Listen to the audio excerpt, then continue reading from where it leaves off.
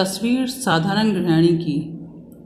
Train की छुक छुक छुक छुक के बीच ट्रेन का शोर। जब उसका मोबाइल बजा तो अर्चना ने खुश होकर फ़ोन उठाया, पर फ़ोन उसका नहीं किसी और का बजा। ये देखकर उसने मायूस होकर फ़ोन पर्स में डाल दिया और पर्स बगल की पॉकेट में रख दिया और उससे सटकर ही बैठ गई और आंखें बंद कर लीं। ट्रेन की खिड़की से आती हवा से उसकी आंखों में आंसू भी उड़ रहे थे। मन जैसे मानने को तैयार ही नहीं था कि उसके अपने पति को उसका दोबारा अपनी पसंद का काम करना पसंद नहीं आ रहा था। इसी हुनर की वजह से तो वे दोनों मिले थे। दोनों कला की प्रतियोगिता थी जिसमें अर्चना ने कॉलेज की तरफ से भाग लिया था। उस प्रतियोगिता में अर्चना ने एक गृहिणी की तस्वीर बनाई थी जिसके 8 हाथ थे, जिसमें उसने बेलन, गंदे कपड़े, बच्चा, ऑफिस जाते समय का सामान, बुजुर्गों की दवाई, दूसरे बच्चों का टिफ़िन और झाड़ू पकड़ रखी थी। उस पर गृहिणी की नज़रें सामने रखे कैनवास और ब्रश पर थी। प्रथम स्थान प्राप्त किया था उस पेंटिंग ने और दिल जीत लिया था विशाल का। कितनी तारीफ़ की थी उसने कहा था कि इसमें उसे अपनी माँ दिखाई देती है जो सारी ज़िंदगी सभी की ज़रूरतें पूरी कर रही थी और अपने शौक़ को उन्होंने कभी भी तवज्जो नहीं दी, पर उनकी आंखों में वही दर्द दिखा जो तुम्हारी तस्वीर में है।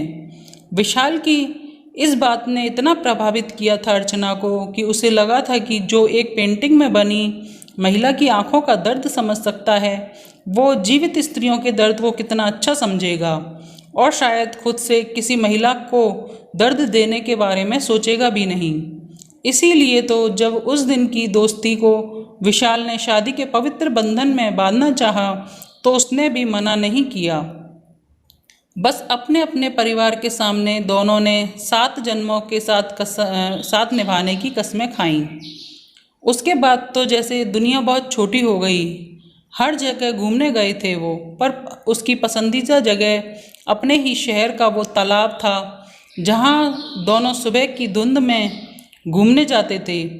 अर्चना अपने संग अपना पेंटिंग का सामान साथ ले जाती और दूर से दिख रहे घंटा घर के साथ कभी विशाल का चित्र बनाती तो कभी दोनों का।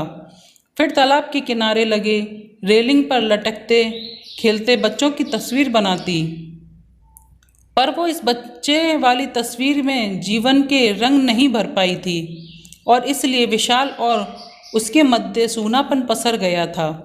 विशाल अब बहुत बड़े बिजनेसमैन हो गए थे। उनके पास अर्चना के लिए वक्त नहीं था। अर्चना भी विशाल के परिवार की जिम्मेदारियों में खो सी गई थी। अब ये सब इतनी धीरे धीरे हुआ कि अर्चना को पता ही नहीं चला कि कब वो दोनों अपनी बनाई हुई तस्वीर वाली गृहिणी बन गई थी। अब विशाल को उसका पेंटिंग बनाना फिजूल लगता। उसके कैनवास के सारे ब्रश और बनाई हुई पेंटिंग रखने के लिए एक अंधेरा कमरा बना दिया था जिसमें अर्चना अपनी जिम्मेदारियों से थोड़ा सा वक्त चुराकर कभी कभी कलर और ब्रश निकाल कर लाती, पर वो कलर अब कोई रंगीन चित्र नहीं बना पाते थे। उस तालाब के पास से दिख रहा सूना घंटा घर, रेलिंग के ऊपर लगी मध्यम रोशनी देते लैंप अब सब सड़क का सूनापन ही उकेर पाते थे। एक दिन उसकी कॉलेज की दोस्त ने फ़ोन किया।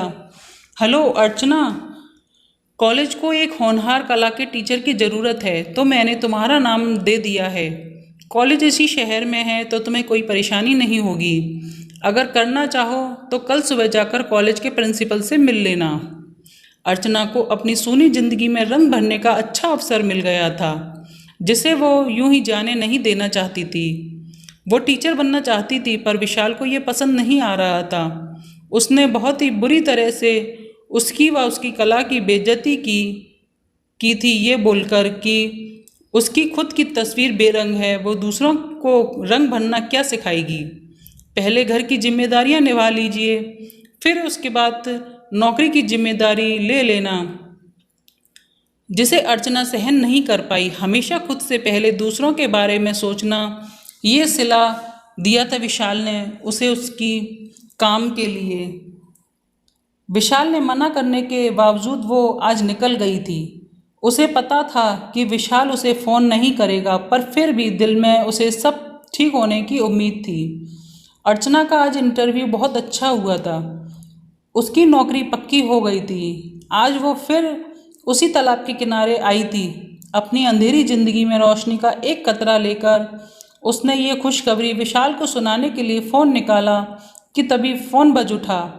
अर्चना ने खुश होकर फ़ोन उठाया। हेलो अर्चना, जिस कमरे में तुम्हारा कबाड़ कचरा भरा हुआ था, मैंने उसे खाली करवा दिया है। मुझे उस कमरे की ज़रूरत थी। आज गांव से मेरा चचेरा भाई आ रहा है, वो वहीं रहेगा।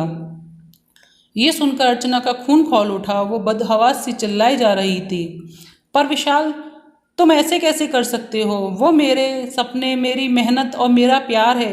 वो अंधेरा कमरा ही तो मेरी गुजरी हुई जिंदगी की रोशनी की गवाह है। तुम उसे किसी और को कैसे दे सकते हो? पर दूसरी तरफ से फ़ोन काट दिया गया था। विशाल को पता था कि ये सब करने से अर्चना को बहुत दुख पहुंचेगा, इसीलिए उसने ये सब किया था। पर अर्चना का घर जाने का मन नहीं हो रहा था, इसीलिए वापस कॉलेज पहुंच गई, उस रूम को लेने के लिए जो उसे नौकरी देते समय ऑफर किया गया था। कमरे में पहुंचकर अर्चना ने कलर ब्रश निकालकर एक और तस्वीर बनानी शुरू की, पर उससे पहले उसने विशाल को फ़ोन किया। हेलो विशाल, जल्दी बोलो अर्चना, मेरे पास फालतू टाइम नहीं है। विशाल, मेरी अलमारी के अंदर वाले लॉकर में तुम्हारी मेडिकल रिपोर्ट रखी है, उठाकर पढ़ लेना। हमारी ज़िंदगी के सूनेपन की वजह मैं नहीं, तुम हो। तुम कभी बाप नहीं बन सकते थे, ये तो मुझे बहुत पहले पता चल गया था। पर तुम कभी अच्छे पति, अच्छे पुरुष नहीं बन सकते थे, ये मुझे आज पता चला। मैंने शादी के बाद तुम्हारे परिवार को अपना समझा, हर जिम्मेदारी पूरे मन से निभाई, पर तुम मुझे कभी अपने परिवार का हिस्सा नहीं समझ पाए।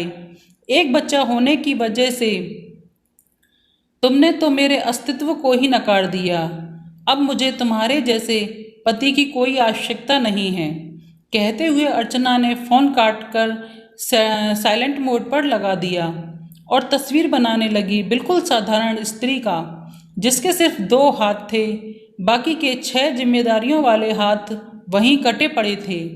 वो अपने दोनों हाथों में कैनवास और ब्रश पकड़े थी। चेहरे पर सुकून भरी मुस्कान थी। वही मुस्कान आज अर्चना के चेहरे पर भी थी, जिसे बार बार मोबाइल का फ्लैश चमक कर भी कम नहीं कर पा रहा था। दोस्तों, आपको ये कहानी कैसी लगी? अच्छी लगी हो तो लाइक करें, शेयर करें, कमेंट करें, सब्सक्राइब करें। धन्यवाद।